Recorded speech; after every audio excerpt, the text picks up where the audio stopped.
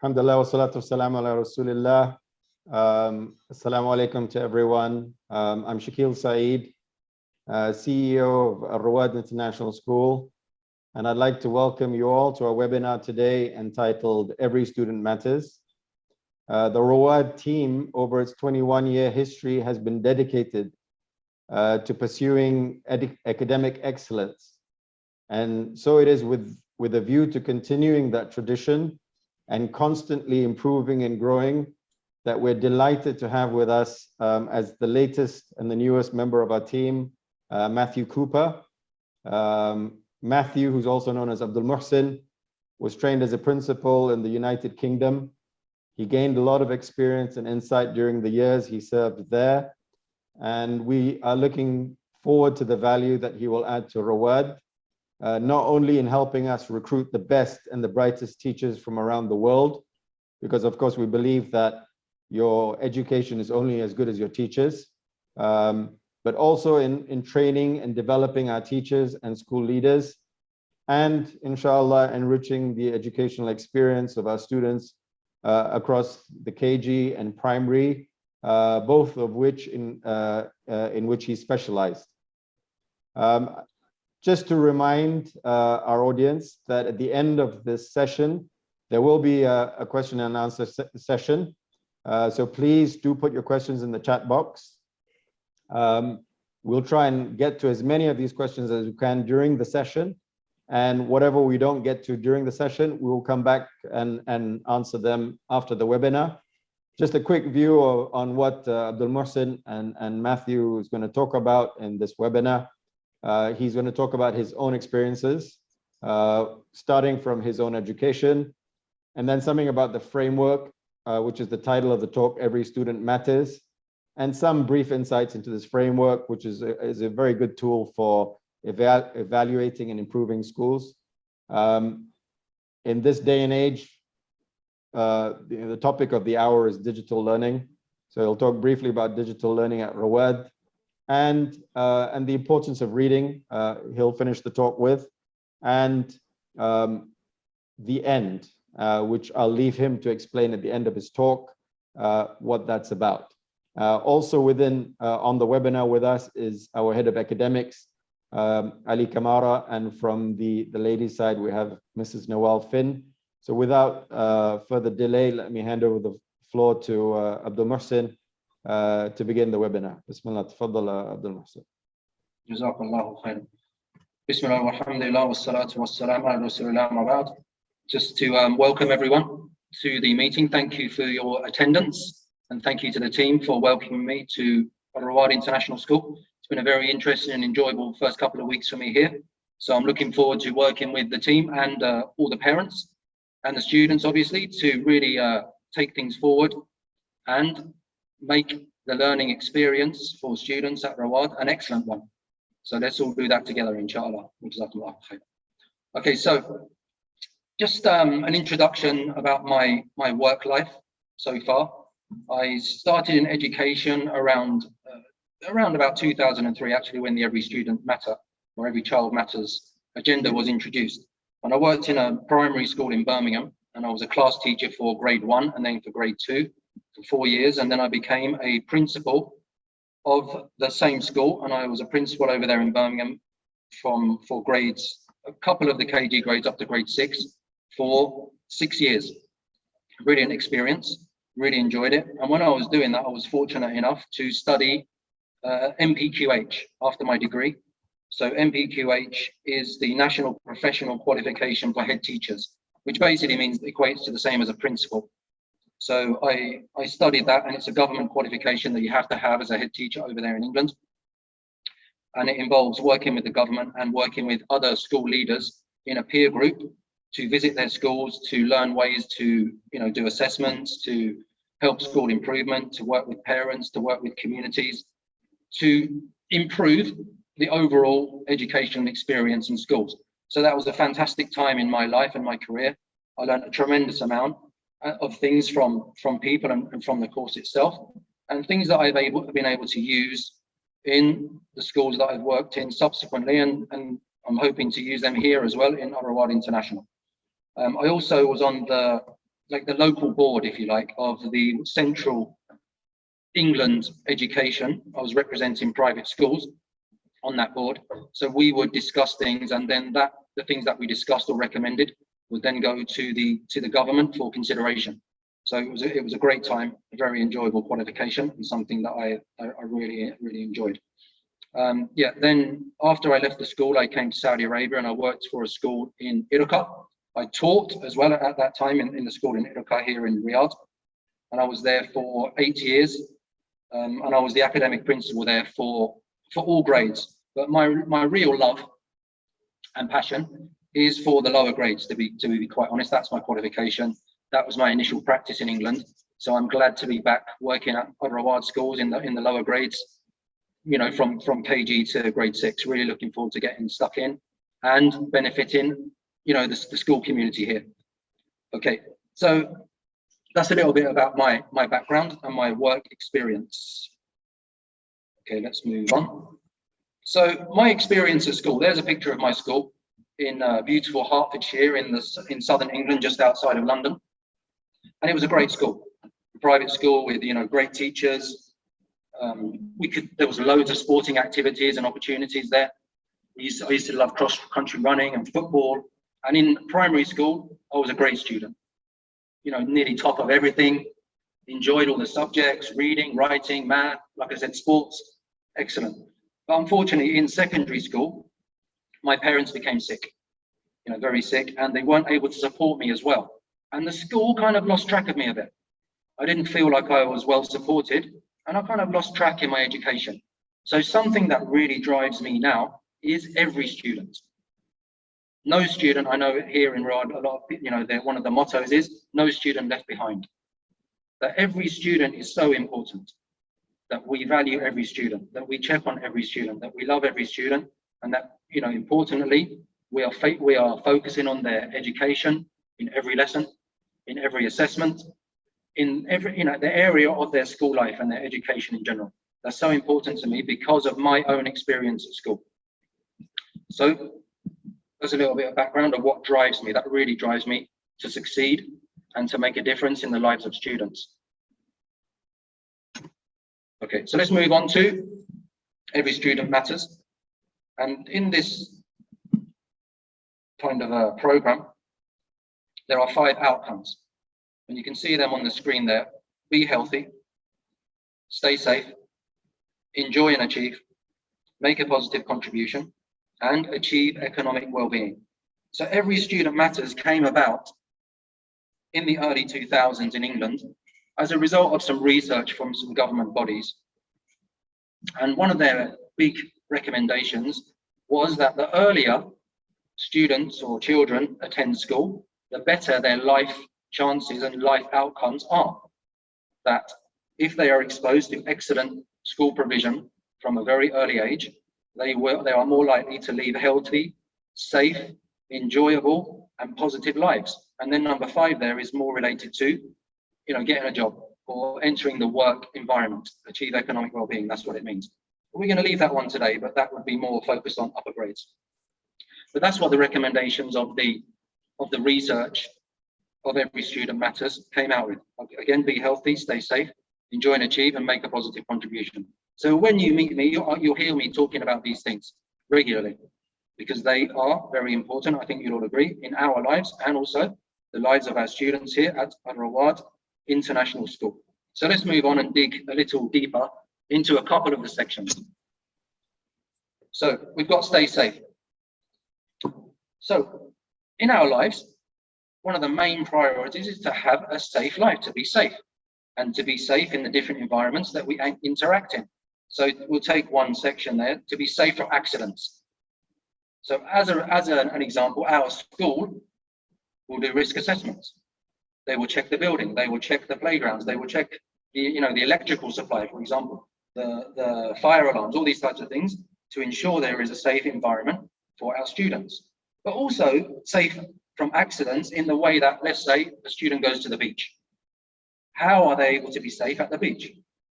How are they be able to be safe when they ride their bikes? How are they able to be safe in the car? A really important one these days, how can young children and students be safe online?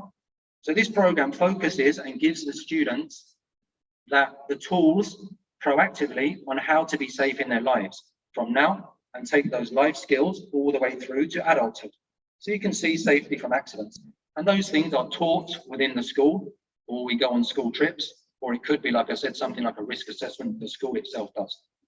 Then we'll quickly skip to the next point, safe from bullying.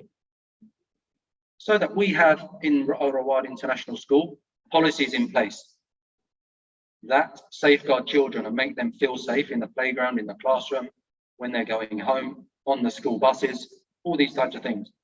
That students, maybe when they come as a new student, that they have playground pals.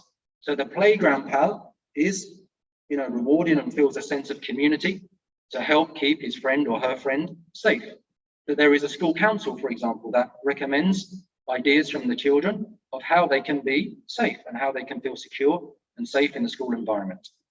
So you can see it gives you a focus on the different areas of children's lives in school and outside, how they can take those life skills forward. Okay. Could I take a moment to interject, please, Matthew? Yes, sure. SubhanAllah, every student matters because Rabbi subhanahu wa ta'ala has given us an amana. And that amana means we have accountability for every child. We have an open door policy. Our arms and hearts are open. All of us are actively in the playground areas and the buildings to make sure that our little ones are safe. Because at the end of the day, it's all about them, not just mentally safe, but physically safe. And so throughout the year, we have programs on platforms, in classrooms, in the assembly, letting those students know that we do care. And we care because Allah subhanahu wa ta'ala has entrusted us with this amana, as well as the parents. So we want to assure all those parents out there that these children are in our hearts, and we know that we have accountability. And so throughout the year, we're very proactive to make sure that they're mentally and physically safe. Thank you. I'll turn it over to you, Matthew. Thank you, Miss. Yeah, I think that's really important. And it's giving, like I said, the children the life skills that they take forward in their lives into adulthood, and that they can make sensible decisions. Human beings take risks, but we do them with safety in mind. So that's the point there. But thank you for the point.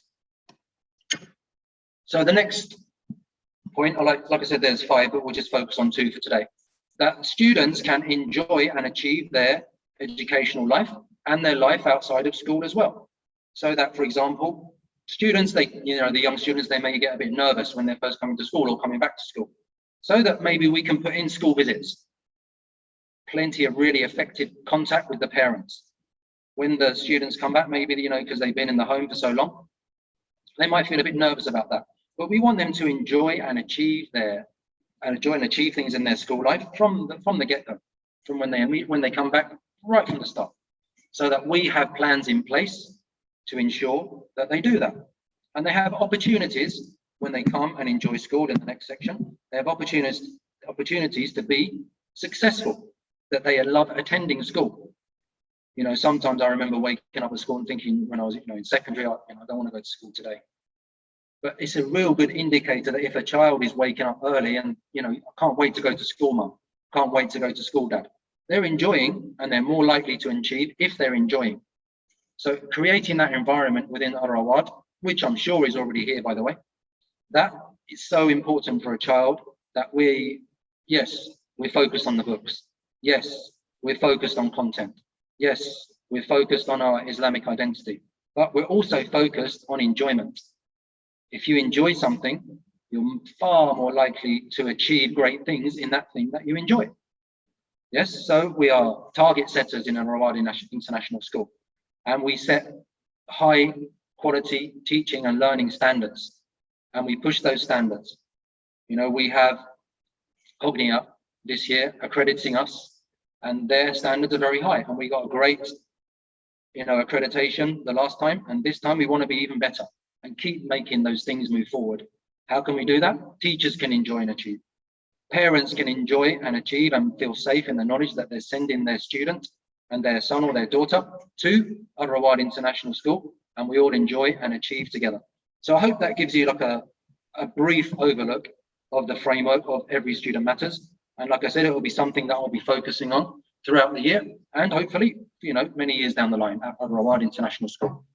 And please forgive me, Matthew. You know, at my age, I'm a fussy one. I just like to mention that when children feel safe, as you said, they do achieve, and they achieve physically, mentally, and spiritually. At Rawad, we concentrate on spiritual, physical, and mental. You know, just a few days back, I was talking to students who have graduated 10, 15, 16 years ago, mashallah, around the world. And we're a collage of nationalities, a collage of people who have priorities. Most of our students, bismillah, mashallah, are doctors, architects, engineers, and they are happy in their life. And when they come back, they say, you know what, Rawad, they were mentors, they molded us. So again, every student matters, and matters with their success level. When you feel good about who you are and where you are, subhanAllah, there's no limit to where you can achieve. So I'd like to say when students matter, it matters because Rawad takes the time for each and every one. Everyone is unique. Everyone has their own process of learning and engaging. We realize that, and we look at a student as an individual, not as a group. So again, when we say student matters, the reflection of success is by where those students are and what they're doing from around the world. So if you go to our website, you can check the profile of students' feedback over the last 21 years. Alhamdulillah, this is from Nama Rabbi Subhanahu wa Ta'ala. I'll put it on back to you, Matthew. Thank you for the interjection. Thank you. Before you continue, Abdul Mahsen, I think one thing which I think might be useful to clarify, I mean, how do you create that enjoyment, and how do you provide those opportunities to be successful? I mean, one of the things that I've seen here at Rawad, for example, is the aviation club, which is very interesting. You know, so is that what you mean when you're talking about providing opportunities to students to be successful, giving them you know, chances to try new experiences and new things during the school day? Definitely. I think what we have to focus on is that every student is an individual. So we can get student feedback, you know, about what they like to do. Not all boys like football, for example. So what other sports could we introduce to the school? Maybe there are things going on. I haven't seen that, you know, because I've only been here 2 weeks. But it's finding out what the students like and what's effective. And I know from working with Mr. Ali, there are some fantastic plans in place within the school to make sure that students access high quality education. You can't just implement this and say, you know, let's hope for the best. You've got a plan to enjoy and achieve. You've got a plan for the long term to make things continually safe. So I think it's a combination of making a really solid plan and then evaluating that plan as you go along, get the stakeholders' feedback, and then implement and change as you go along. I hope that answers your question, Mr. Shakil.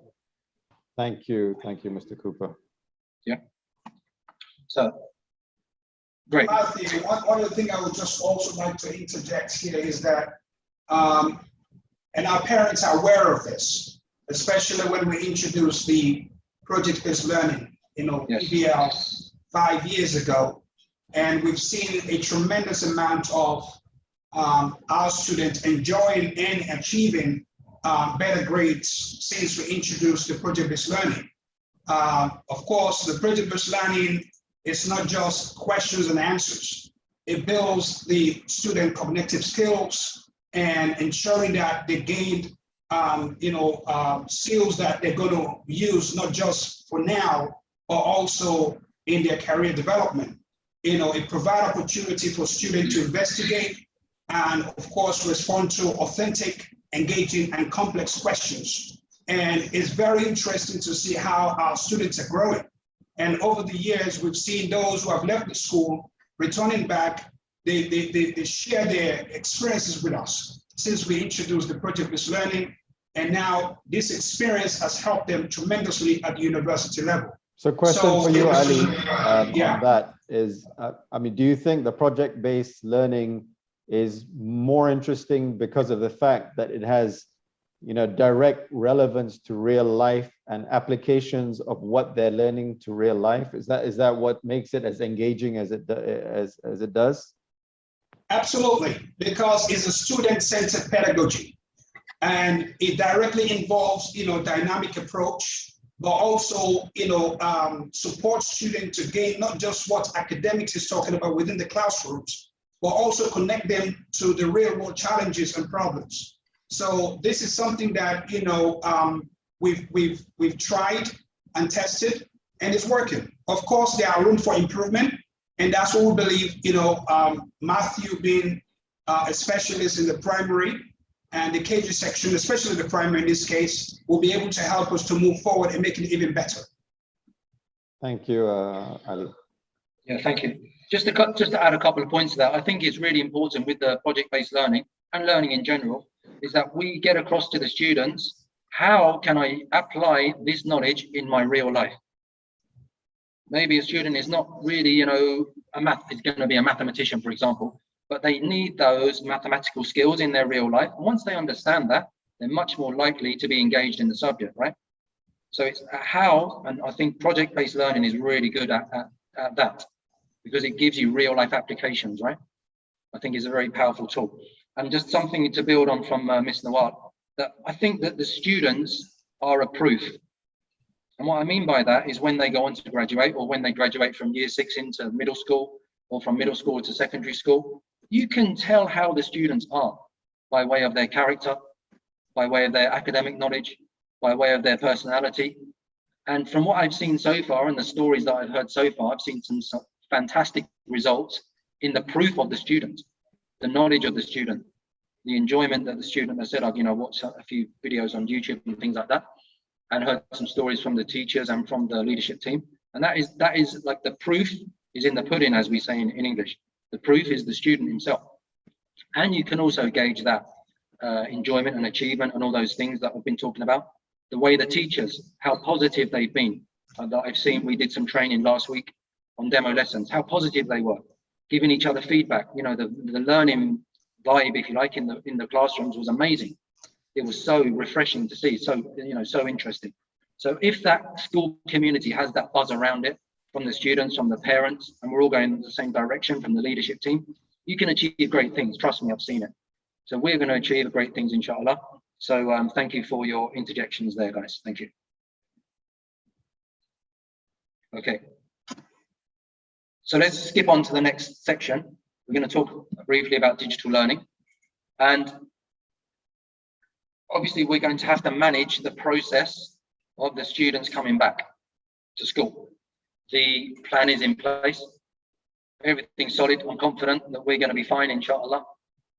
But the students maybe need to power down a little bit. They've been accessing their screens at home for the last year or so. And now they're going to be coming back to the classroom, you know, the whiteboard. And we need to manage that process because, you know, I always like the analogy of cartoons. They're so bright and colorful and fast moving and loud that they really attract students' attention. Then when they come into the school, okay, the screen's not there anymore. It's just, you know, maybe the whiteboard at the front and their friends are there. So we need to grab their attention again. And the plans that I've seen again are in place. And I think what we need to do is manage that process carefully. And in the digital learning environment, we have at Rowad School some fantastic resources already ready for our students. Don't forget, we use Pearson, the books, and Pearson Online is a brilliant resource. If we take English, brilliant vocab learning resources on Pearson, electronic libraries on Pearson, videos for vocab, grammar presentations. So I'm going to be really looking at our teachers to maximize what we've got by way of Pearson in all subjects, science. So maybe Abdul Mohsin, can you comment on, so we've got this material, we've got access to a fantastic database. How do we ensure that teachers and students are using all these resources to the max? You know, are we maximizing the benefit that we're getting from these resources? How do we measure that? How do we monitor that? How do we encourage that? Yeah, sure. Well, the good thing is we've got a data analysis team here, and I'm very into my data. And also Pearson, it provides the data as well. So we can do all that pretty much electronically by looking about who is engaging with the platform, who is not engaging, and then encouraging them to do that. Also, obviously, the plan has to be in place, and it is in place, to ensure that we're using those things properly. Training, which has been going on in the past 8 weeks here at Al-Rowad International School for the teachers, that they're using it properly. But I think with these types of things, it's a whole community approach. That our part of our plan is to improve the use of Pearson education and literacy planning. That the parents, we're going in the same direction as them. The students are all on board. We're all in the boat, rowing, with the oars in the same direction. We're all reading from the same page. And when one of my favorite sayings is, if we're all looking for the same thing, we're more likely to find it. So if we all club together, focus that, Pearson and using it properly, Schoology, we're using it properly to the maximum. And we're not going to be perfect straight away by any stretch of the imagination. But if we all work together, there's a solid plan in place. We can analyze the data because the analytics are already on Pearson platform. And we have a data analyzing team here in Al-Rowad International School. We can identify our weaknesses through the data and make intervention plans at a school level, at a teacher level, and at an individual student level. So that would be my approach to that. Thank you. Thank you. So yeah, like I said, just to add to the digital learning at AIS, over the course of the year, we've seen the tremendous amount of benefit that our children, our parents, and teachers have learned, over this year. We've seen, of course, the introduction of synchronous, learning as well as asynchronous learning.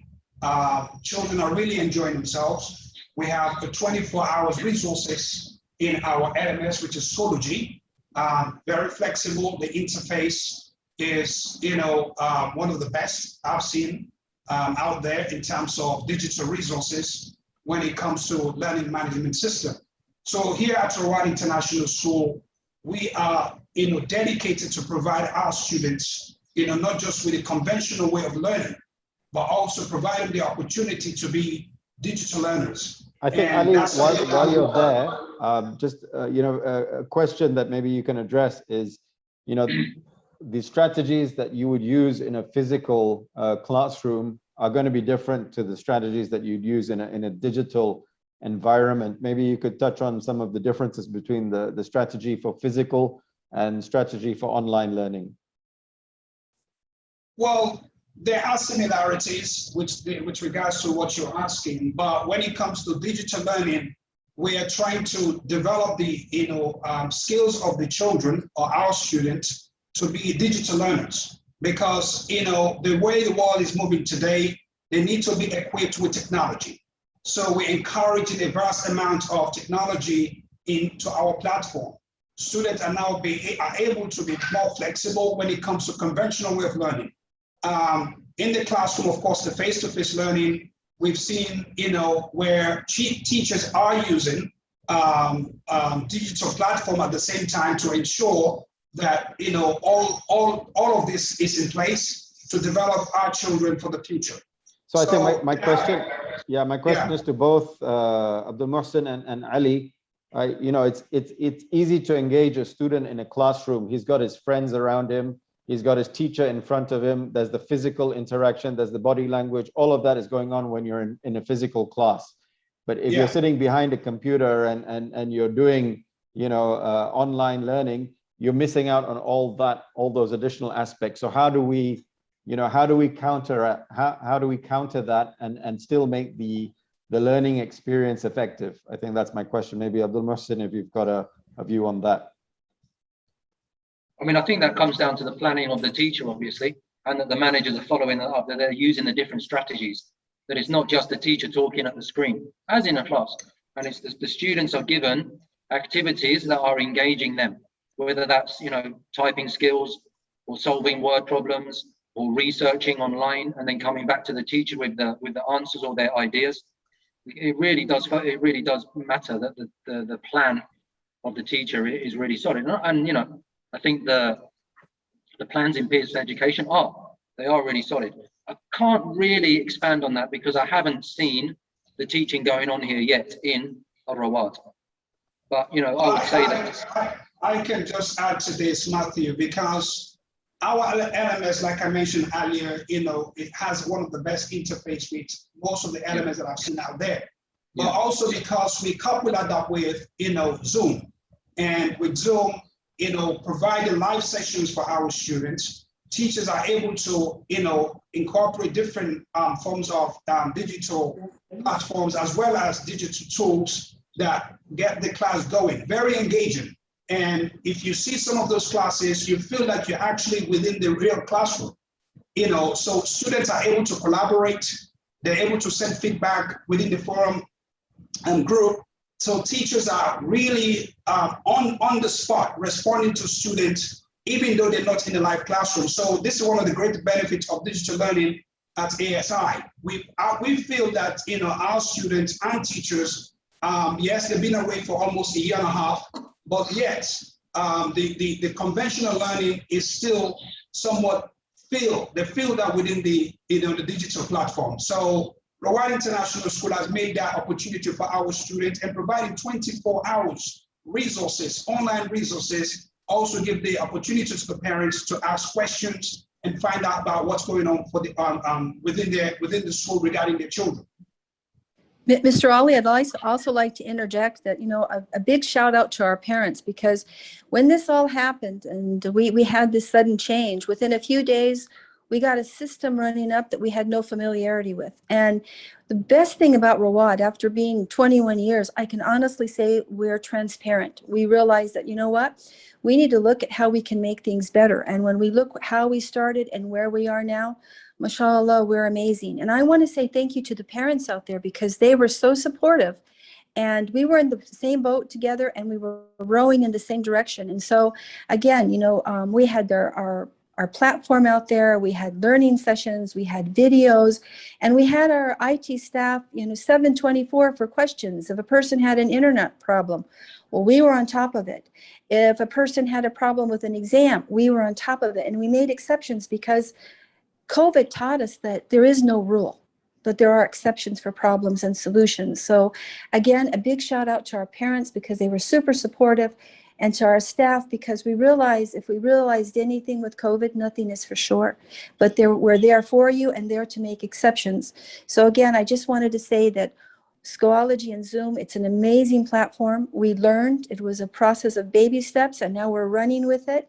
And I think all of you would say that, alhamdulillah, mashallah, we are extremely successful, and we're looking forward to, whether it be face-to-face or online, we're going to give you the best quality education that's available. Thank you. Thank you. Okay, so let's move on a little bit. I'd like to now speak about industry and how fast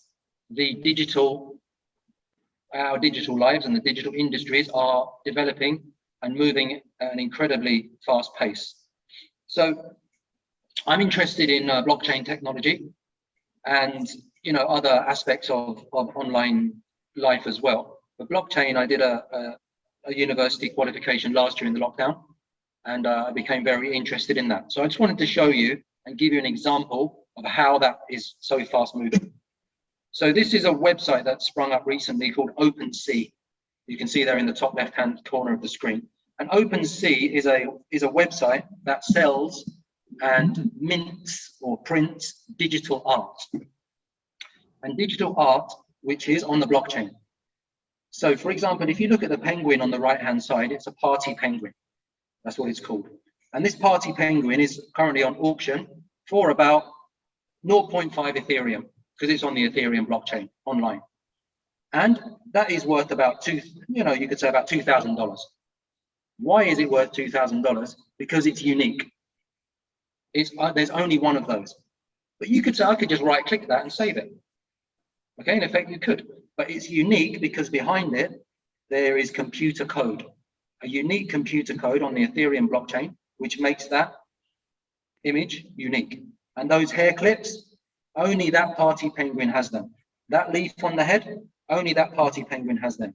Before this, the original penguin images were called pudgy penguins. And those pudgy penguins were selling up to as much as $30,000, I believe. If you look at the one on the left, it's a COVID punk. Okay, the original punk were selling for up hundreds of thousands of dollars. They were one of the first images called NFTs, non-fungible tokens, which means you cannot replicate it. The original punk were selling for hundreds of thousands of dollars. I don't know the floor price now, but very expensive. Why? Because they're unique on the blockchain, and they are collector's items, and they are made collector's items because of the uniqueness of them due to computer code. I hope that's clear. This industry sprang up quickly. So my point is that our students in grade 6 now, they may be going into jobs of design, of computer coding, or they will be for sure, of computer coding that haven't even been created yet. These jobs don't even exist yet in the future. This is happening now. Okay, this website. I think one important question, Abdul Muhsin, is, you know, I think education in the traditional sense is needing to update itself with the way the world is changing. You know, the way technology, the acceleration in that rate of change over the last few years is just, you know, unprecedented. Yes. So the challenge, I think, for any school and any education is making sure that the kids are getting educated, not just in the traditional subjects, but in the 21st century, you know, subjects and life skills that are needed to make them employable in not tomorrow's industry, in today's industry. Yes, you know, exactly. And how do we ensure that? You know, that I think that's the challenge in the question. Yeah, I mean, I think what I was gonna say is that what industry is OpenC disrupting? It's disrupting the art industry, right? Before, a painter would paint a picture and sell it in an art gallery or display it, or it would go to auction. So now computer coders are generating these images and selling them online, and they're putting them to auction, and they're even being traded online day after day, minute after minute. So it's disrupting that. So you're absolutely right. You know, this disruption of industries, we need to prepare our students from, you know, from the early years all the way through, so that when they do leave, they have the most up-to-date skills to enter the up-to-date industries. Look at Vision 2030. Some of the mega projects, they're talking about that some of the maybe tourist areas, they're looking at how we can use drones to transfer people from one hotel to another, how we can use driverless cars to transfer from the airport to the tourist resort. It's happening in Saudi Arabia now. And I think what it's about preparing the students, and it's also about, you know, providing constantly updated awareness to the students of what's going on in the world. And of course, sometimes the students may be more aware than the teachers, but and also providing them with opportunities to try, you know, all these new industries and new technologies and new skills to find out what they're interested in at an early age, rather than waiting till, you know, they've graduated from school to then decide where their skills lie. I think, you know, the responsibility is on us to provide them with as many opportunities as we can, so they find out at a very young age where their skills are, where their strengths are. I don't know if you'd agree with me on that. For sure. But I think another layer of that as well is that the whole school community, there must be somebody else in the school community that is really strong in ICT, right? Or digital learning, or that they know about blockchain. If it's a parent, or a parent knows somebody else in the industry, that we welcome in into the school and update us. You know that phrase, I heard it through the grapevine, to pick up all the latest information, particularly in technology, and to spread that through a community if it's useful, is so powerful for practice in a school. So I've spent so many hours researching this stuff, blockchain, currencies, electric currencies, coding, all this type of thing. But, you know, maybe my knowledge is nowhere near as good as it should be. And there are other people in the community that can bring something else to the table. So that's really important as well, yes. Okay, so that gives you a little overview about disruption, about coding, about trading assets, about, what the value of these things, modern trends in industries. And these things, don't forget, are called NFTs if you want to research it, non-fungible tokens. So I just wanted to use that to show you that. Okay, so I just want to quickly jump on to the actual monthly volume in dollars and show you how quickly this industry took off. So you can see there in January 2021 at the chart at the bottom, it was below 250, maybe, what is it? I don't know, 10 million, something like that, possibly. $10 million. If you can see this month, this is very up-to-date information. There were, I think, 6 or 7 marketplaces that trade these digital images. And the volume of trade went up to over 750 million, nearly $1 billion. Maybe now it's $1 billion, I don't know. But you can see how quickly that industry took off. Maybe I think that visual is extremely dramatic. I mean, it's gone from an industry which was non-existent about a year ago to an industry which is now worth almost $1 billion in a few months. You know, so this is how fast the world is changing. But I was given some NFTs about 2 years ago on a different blockchain called the DigiByte blockchain, and I have them on my blockchain wallet. But it was worth nothing. I don't know how much it's worth now. If it's worth, $100,000, great, but I don't think it is. But you can see how quickly that industry has taken off. But a really key point here is this industry could collapse. Everyone loses interest quickly these days, right? This industry could collapse, and the spike in the revenue could go back down to 10 billion. So what would you do? You have to be creative and change quickly to find a new thing, a new customer, a new way of doing things. So these industries come quickly, and they can also pass quickly. So I think the skills that we want to instill in our students are the skill to be adaptable and to be able to change. And also, I think a very, very important skill that we need to be instilling in our students is the ability to learn and to self-learn. It's not just learn what you're being taught by your teachers, but to develop the skills to learn by yourself, because the world will need you to be constantly learning the way the world is changing. I think that's a very important lesson to take from this. Yeah, I mean, adapting to change and being creative, these are all business skills, right? So they're really, really so important in our lives, in our everyday lives, and also in the workplace. So let's move on. I'm a bit conscious of the time here. So let's move on quickly to the digital learning environment in school. We use a tool called Elliot in school, and maybe some of you are familiar with that from the parents. And I've just snipped out 3 statements that are relevant to the digital observation we make of the environment. So if you notice there, the learners do these things in the class. The learners use digital tools or technology to gather, evaluate, or use information for learning. The learners use digital tools to conduct research, solve problems, and create original works, like an NFT, for example. That's an original work. Learners use digital tools to communicate. Communication like we're doing now on Zoom. Communication between teachers and parents and students on the different platforms, for example, at Schoology with the students, and to be collaborative in their learning. So these things, as school leaders, as the managers in school, this is how we look at the learning environment, and we use these tools. And again, I would say that it's really important for parents to understand this is how classroom provision should look. Learners are doing things. Learners are evaluating, conducting research, communicating, working collaboratively. Yeah, so I just wanted to throw that in there. And again, if we all use the same terminology and we're looking for the same thing, we're more likely to find it. So challenge us. Parents can challenge us. Are you really doing this? And I think we are, to be honest, we are. But it's good to have that challenge, that forward motion, and that way to improve all the time. Okay, any questions for the team, or should we just quickly skip on to the last section? Just to clarify for our parents, because it's really important for them to understand where the digital learning environment is coming from. As part of our observation tool, this tool actually is adopted and implemented from our accreditation agency, Cognier, formerly known as Advanced Ed.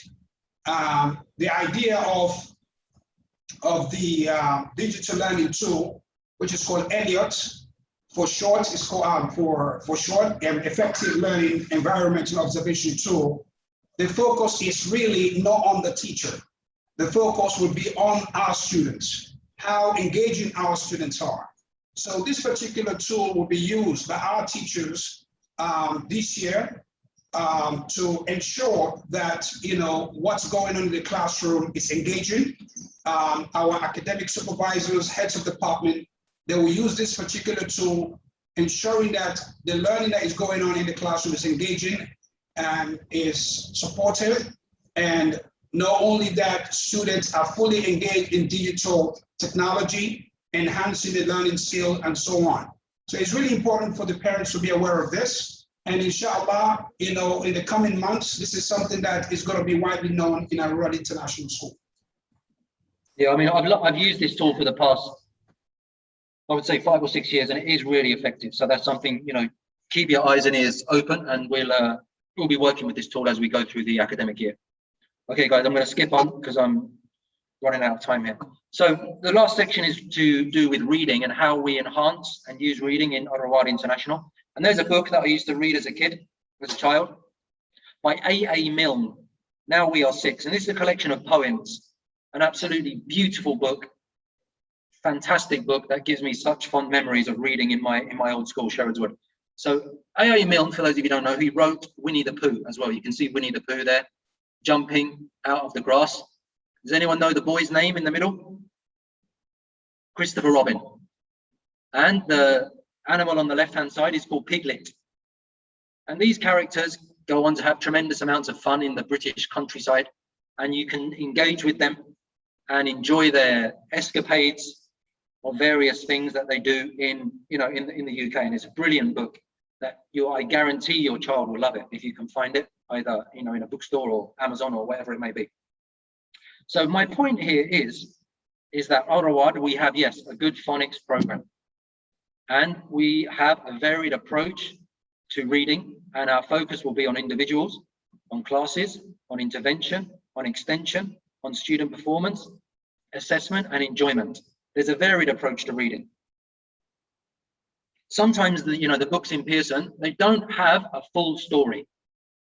They have a snippet or an excerpt from a story. But what I would really like to see is that our children are able to read full stories. Why? Because that activates their minds. They can connect with the characters. They connect with the setting. They connect with the plot. Charlie and the Chocolate Factory, Winnie the Pooh, Wind in the Willows.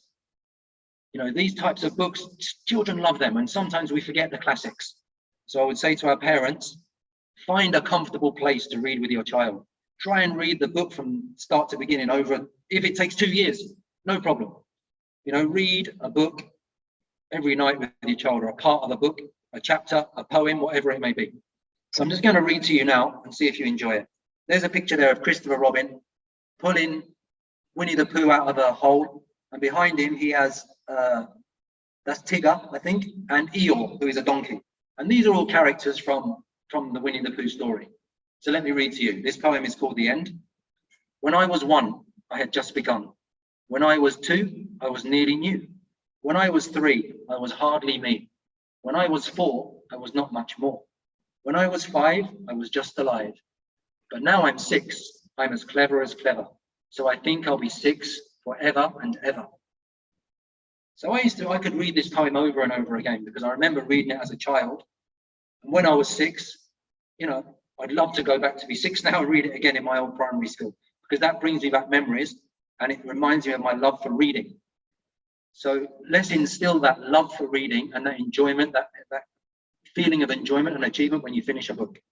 Reading entire books, engaging with the characters, using things like extracurricular activities and trips and school visits to go to places where it's conducive and effective to read. So that really is my message that we'll focus on. Every student matters, digital learning, the love and enjoyment of reading. So thank you for listening. I think we've got a little bit of time for questions, and we'll take them from here, inshallah. Thank you, Abdul Mohsen. Jazakumullah khairan. Yeah, a few questions have come through.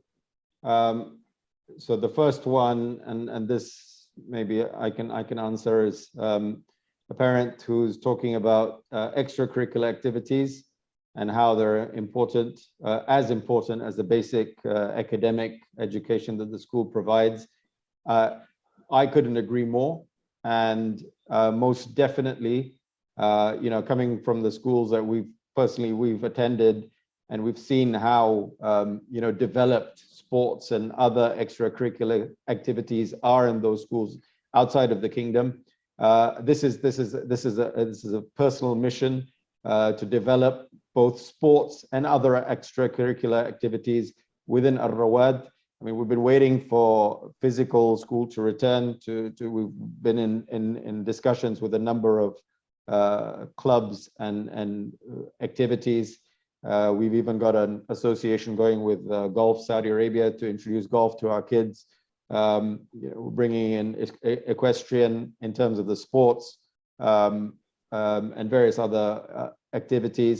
Also, the existing sports, the intention is to develop the training and take it up a few notches. So we want to develop our school teams. We want to have multi-level teams. So you've got the top kids in a particular sport, they'll be in the first team, but there'll be opportunities for others as well in the second and third teams, and we'll organize tournaments and games with other schools within the group and beyond. That's on the sports and physical activity side, but definitely the non-physical extracurricular activities are just as important. I mean, we're very proud of the fact that one of our former students drove and set up the aviation club. We've got a flight simulator in school, and they actually, the kids learn how to fly within this club, but there are other clubs as well in the pipeline. You know, we've got the Model United Nations that we want to activate. We've got debating and public speaking that we want to develop. And there's the astronomy club and various other clubs that are in the pipeline. Of course, we've got the horticulture club as well in the school. So, you know, the idea is to balance out as well what's available on the boys' side to make sure the girls have an opportunity as well. So very, very important comment. And we really believe, you know, the idea of education is not just academic learning, but to develop your child in a very holistic and all-rounded way, which sports and the other extracurricular, you know, the ability to develop the leadership skills. These are all skills that we think are important in life. Of course, that doesn't mean that we neglect the foundations and we neglect the ethics, or that we neglect the traditional subjects. I think that's a given, and that's something that we've always been focused on. Our values, you know, we provide an international education whilst very, very strongly holding on to our values. So that's I think, can I just add to that, Mr. Shakil? Yeah. I think it's really important that we also get the views of our parents and our students, what they would like to do within extracurricular activities, so that we can do surveys and we find out what they would like to do. Maybe not all of it would be achievable, but at least we can get their ideas, and then they really feel involved in the process. I think that's really key for any school. Absolutely. And one of the initiatives that's in the pipeline is to reactivate the Parents Teachers Association. So there will be a representation of parents to hear Yes. them better, and to get ideas and feedback from the parents on how we can you know further serve the needs of the kids. Brilliant. So maybe there's a question for Ali. There's a question on someone whose son left the school at grade 3 and now they're returning to start grade 8. For the students with Arabic as a second language, he would like to hear about some of the basic subjects that will be covered and the additional subjects that can be added to improve the skills as well. Ali? Yeah, basically in grade 8, pretty much all the subjects that he studied in grade 3 are going to be, of course, in grade 8 as well. The addition, of course, in grade 8, we will see business studies, which, of course, is something that I have a lot of passion for.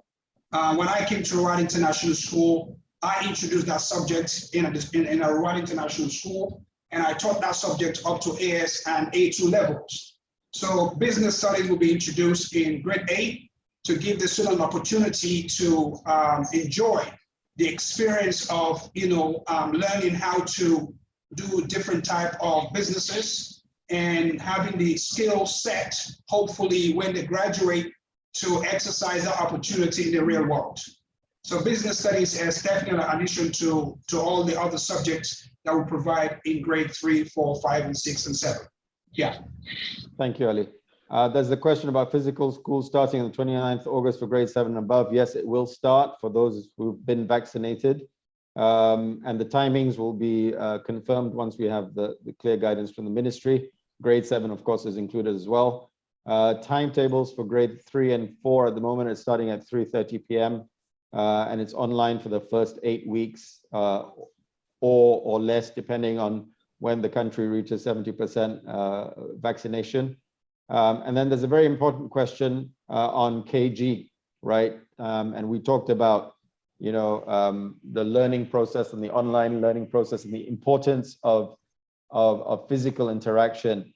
And so with respect to KG and primary, for the initial, for the start of term 1, I mean, the ministry has said that the school will be virtual. However, we will work within the provisions of the ministry, where there's an allowance for a limited amount of face time for the kids to come in and fill in the gaps where their weaknesses. So we're working with the ministry guidelines and allowances to do what we can to provide the face time where the kids need it at these early years. I think that's very critical. I think Abdul Mohsin, if you want to maybe talk about the early, and I think it's very important to start the year strong as well for KG and primary, especially in an international school, because the fundamentals that you build at the start of the year, you carry on building on those, whether it's your reading, it's your writing in Arabic, in English. Abdul Mohsin, if you have a comment on that, and how to sort of maybe counteract some of the challenges that we face with digital learning for the younger kids.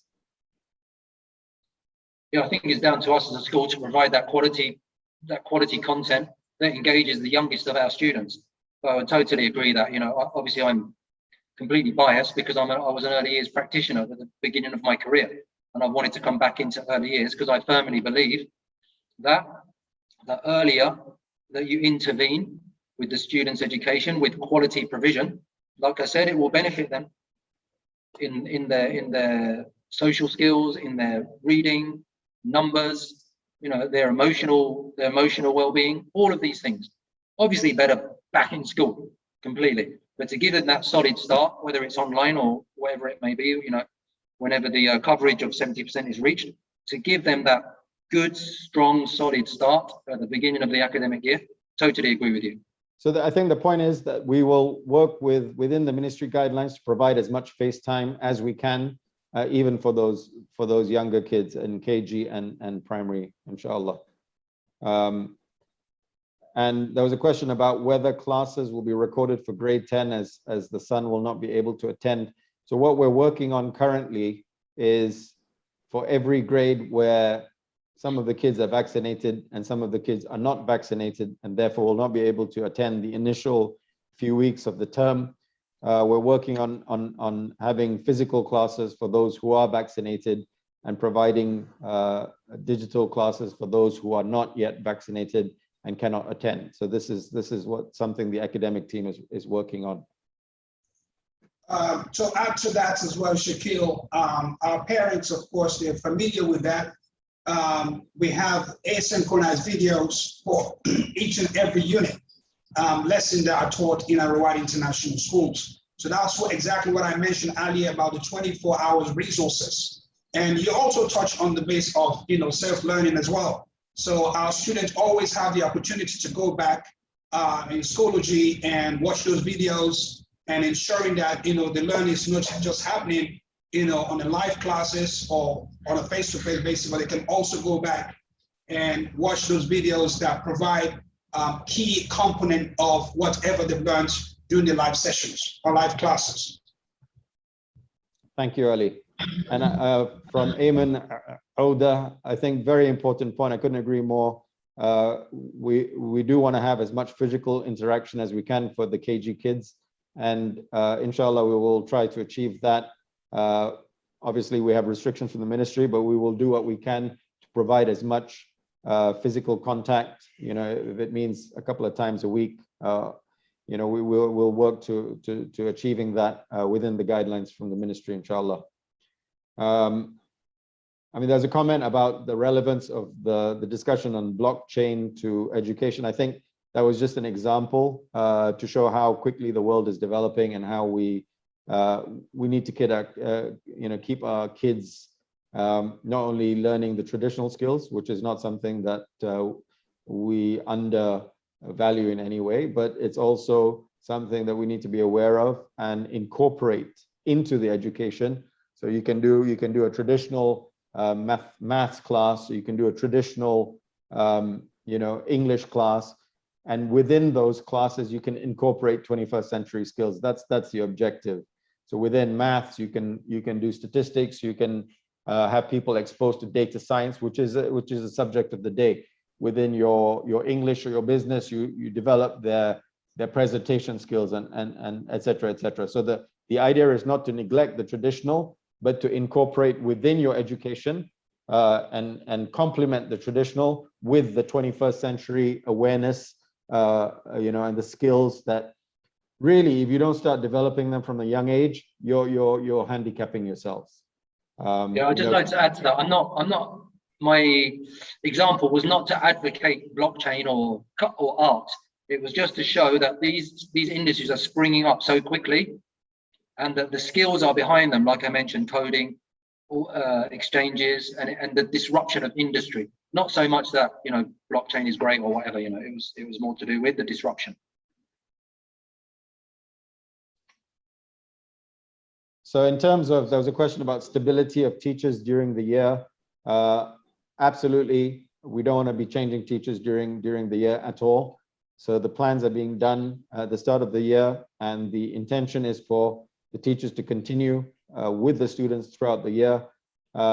We've been through obviously unprecedented a year and a half with COVID and the changes and the regulations and all of that. So nonetheless, the objective and the intention is to keep as steady and constant as we can throughout the coming year, inshallah.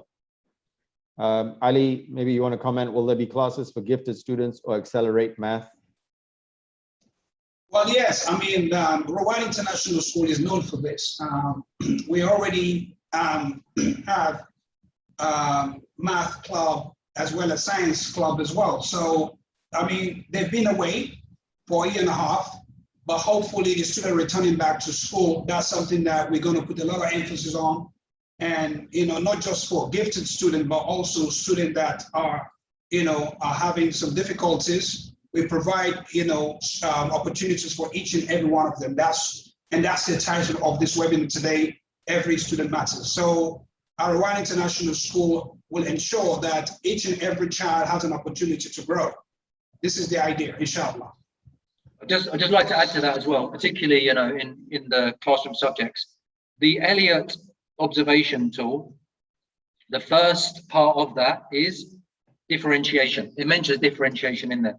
So in the class, we will be looking for, as leaders, a really solid differentiation structure to support the weaker learners, make sure the middle ones are on task, and to extend and challenge the more able learners. So that observation tool, Elliott, doesn't just focus on the IT skills. There are many facets and many parts to it.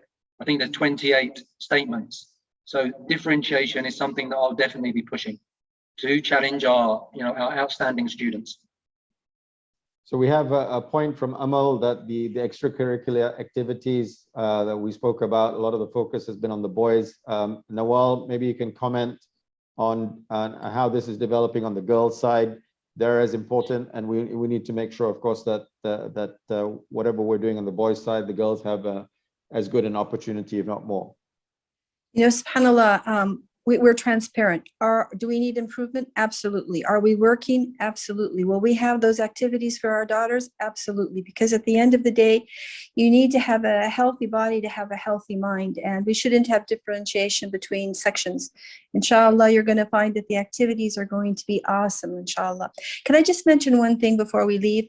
As a mother and as a Grammy, I always, when students come and they ask me, well, Miss Nawal, where am I going and what am I going to do? I always say, do what you're passionate about. If you're passionate about whatever you choose to do in life, you're going to be successful. So here at Al-Rowad International, we do have differentiation, but we realize that everybody is special in their own way, and that we're here to organize and recognize and support children. I don't believe there's any child that's below level. Everybody moves at their own pace, and it doesn't mean that you're not brilliant. Everyone is brilliant in their own way. So I just wanted to end that saying that, you know, at Rawad, it's not just about having brilliant students, because everyone's brilliant in their own way, and how you classify brilliance.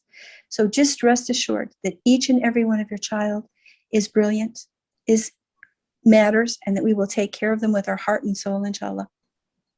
Thank you, Nawal. Ali, there's a question. So the thrust of this talk and this webinar was more on the lower grades. One of the parents is asking about his son rejoining at grade 8, and he wants just a quick overview on the way the school is going to handle the school year, classes per day, education plan during the pandemic, knowing that it's the first time to report back to school. So how are we going to welcome kids back into a physical schooling environment? Well, Shakil, you already touched on that. First and foremost, of course, we have to work with the ministry regulations and ensuring that, you know, those children that be coming to school, they have to be vaccinated. In other words, they have to have the 2 doses of whether it's whatever vaccine is available for them to take. But with regards to them coming to the classes, of course, our teachers are ready. We prepared them for the last 8 weeks. And even this coming up week, they will have continuous improvement plans in place. Of course, the school building has been sprayed, and the school is ready, I mean, for face-to-face. I think important point maybe, Ali, to as well address is, you know, identifying gaps in learning. So if kids have been offline for a year and a half, you know, what are we doing to identify those gaps if they exist and addressing them? Well, normally this has been the structure of Rawad for years, whether it's online teaching or face-to-face. Of course, online has been a year and a half. But every year when we start the year, we start with a diagnostic assessment. And this is extremely important to identify the learning gaps, you know, between our children, our students. So that's something, again, is going to happen in the first week. For all subjects, specifically the core subjects, math, English, and all the sciences. For, of course, children in grade 8, they'll be doing physics, chemistry, and biology, not like the primary grades, really just do a general science. So all of those subjects will have diagnostic assessment, and we'll be able to identify where are the learning gaps. And what we do here in Al-Rowad International School, we provide REST, Remedial Educational Support Program, you know, for students that are having some difficulties in the learning. So this is something that Rawad has been doing for the last 5 to 6 years. But also things that we introduced even last year is the EIP, which is Early Intervention Program. And we've seen that it has been something that has helped students, especially those that have serious learning difficulties and in the early years. That program provided one-to-one support for them to identify the learning gaps, and hopefully as the program went on, the student will be able to reach a good level. So we are ready as a school, the plans are there, and we are just waiting to welcome our students and give them the support that they need. I think as well, just to add to that, Mr. Ali, that you can see our keenness to do that because we've already put a program in to assess KG. We offered a free program within the school, and I was you know, involved with Mr. Wala, Mr. Ali, and I was so impressed by the way that was done. You know, was it perfect? Probably not, but you know, we were really keen to intervene in the educational lives of our young students and give them that free assessment online. Okay, there's a question about bullying and unethical behavior widely spread, and it's been raised with no action taken. So this is something that we will take extremely seriously. I would personally want to hear about this. So please do contact me directly. You know, one of the objectives is to develop our leadership team to provide the support to the students and provide a safe environment to all students. And if there are issues, we definitely want to hear about it, and they will be addressed, inshallah.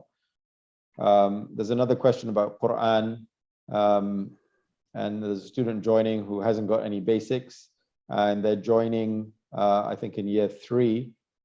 So how do we help a child like this catch up with his Quran? Ali, maybe you can address that.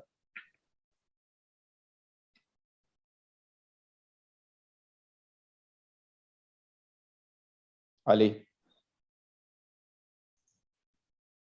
Hello? Yes. Questions Sorry, on I missed Quran. Question on Quran? A child is joining in year 3. He doesn't have any basics. How do we address that? Well, I mean, first and foremost, our parent must know that, we are strictly following the Ministry of Education program when it comes to what they call the national identity subjects, starting from the Quran, Islamic studies, and Arabic. So depending, of course, whether they start even in KG, our Islamic studies department, I can clearly say that is one of the best, if not the best. So what we normally do, we do assess the child, whether they're in the boys section or in the girls section, to actually find out their level.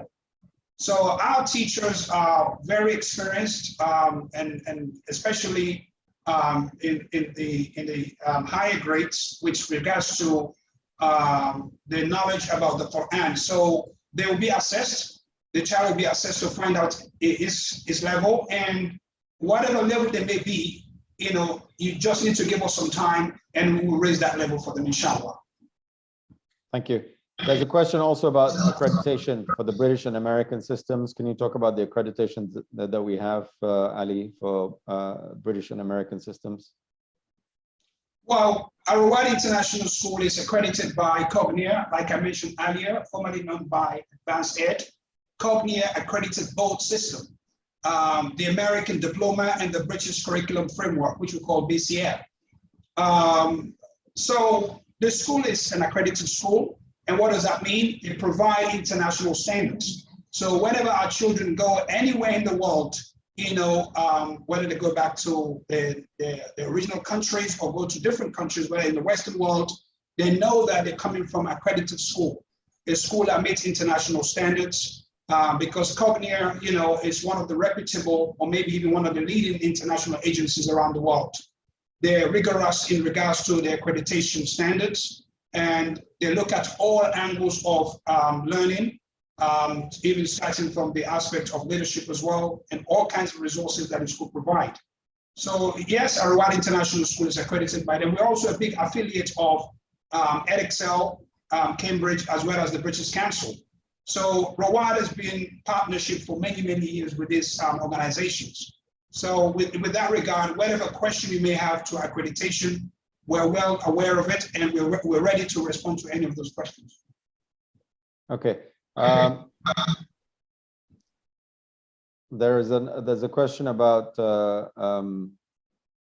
how we can do the classes online for the kids who are not yet vaccinated at the same time as the physical classes. The plan is not to do the same time as a physical class and have the same class online and physical, but the plan is to have a separate digital class for those who are unvaccinated and a physical class for those who are vaccinated. So it may be different teachers teaching different classes, but the kids who are unvaccinated will be grouped into groups that will be taught digitally until whatever the period that we reach. When the country is 70% vaccinated, or 30th of October, or we'll keep looking out for the announcements from the ministry. There's another question. I think this is an important question. So, Shakil, sorry, before you go to the next question, I just want to,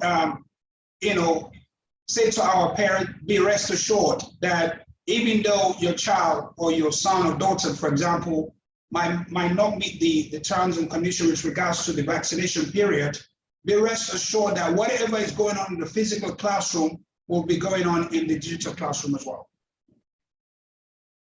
Okay, and so the next question is, there's a mother with her daughter in KG3. Neither the mother nor the daughter speak English. So in an environment where it's online learning, how can we address this and ensure that the girl learns English and develops her language skills? Well, like I said earlier on, Shaquille, Al-Rowad International School provide remedial program, and we will definitely look into this. And probably the child might be put into, EIP, which is an early intervention program to support the child in other words, speed up the process of that particular child being able to speak English within a very short time. With the mother situation, of course, that's something we can't do much about. Maybe she can, find a way to learn English. But in our school, we don't really have a specific program for mothers, if that's what the question was about. No, it's not. Can I interject, Mr. Ali, Mr. Shakil? Yeah. Basically, what happens if we have a mother that doesn't have the command of the language, alhamdulillah, most of our staff is multilingual. So we sit with her, we translate the weekly plan. So once we know that there is a situation that has occurred such as this, then we do our intervention, in which way we make sure that there's somebody that can translate for her, and then someone can communicate with her. As we know, the language is the first medium of English is to be spoken. However, that being said, support is there for those individuals that do not have the English skills. Just as parents who may not have Arabic and they have their children in the KG, we have a program on Saturday. Inshallah, it'll be approved again. We have this program in which we provide on Saturday lessons in Deen and Arabic for those mommies who need to learn, because learning, memorizing is different than learning. And subhanAllah, to enjoy and to love the Quran, it should be understood. So we do offer that program on Saturdays, inshallah, and hopefully we'll be doing it this year. We did it online. And again, for any mother who has concerns that she doesn't have the command of the language, we're there to support her. Language acquisition as a child, they pick it up relatively quickly. She won't be a native speaker at the end of the year, but bismillah, mashallah, she will have the command of communication. So again, we are there for supporting in every manner that is available. And I think as well, Nawal, I mean, someone in that situation would probably be definitely within the guidelines of the ministry to have some sort of FaceTime as well during the week to address any learning gaps. Absolutely. And again, I'm here as a translator. I can go from English to Arabic at her command. Ahsanti. Okay. We had a question from one of the mothers about a child who's overseas, whether she can attend the whole year online. Honestly, I believe that we're going to go back to physical schools, inshallah, within the first term. And then once that happens, we will not be carrying on with an online provision of education as a full thing. There will be blended learning, where you have the technology that we've developed that supports the in-class learning, but it will not be a full online learning. So I think at some point, if you're overseas, you will have to come back and attend the physical school, inshallah. I hope sooner rather than later. I think we've overrun the time. Tariq, if you're there, can you please make sure that all these questions are recorded, and that whatever questions that we've not answered, we can come back and send the answers to the parents after this webinar. Tariq? Yeah, sure. So please make sure that all the questions in the chat are saved, and we will come back and answer all of them bi'idhnillahi ta'ala after the end of this webinar. We're now at almost 3:20. I really appreciate all the participation, all the questions, extremely valuable and important questions, and just emphasize that this is a journey that we're in together. It's our children, and they're a responsibility on all of us, and we want to obviously make sure that we do whatever we can to give them the best opportunity to learn and develop. And hearing back from the parents is invaluable in achieving this. So thank you all for your attendance, and thank you to Abdul Muhsin, Ali, and Mrs. Finn for their support during this webinar. inshallah, we'll have further sessions in the near future, and we'll come back to you with all your questions. جزاكم الله خيرا والحمد لله رب العالمين والصلاة والسلام على أشرف الأنبياء والمرسلين نبينا محمد وعلى آله وصحبه أجمعين. السلام عليكم ورحمة الله وبركاته. وعليكم السلام ورحمة الله وبركاته.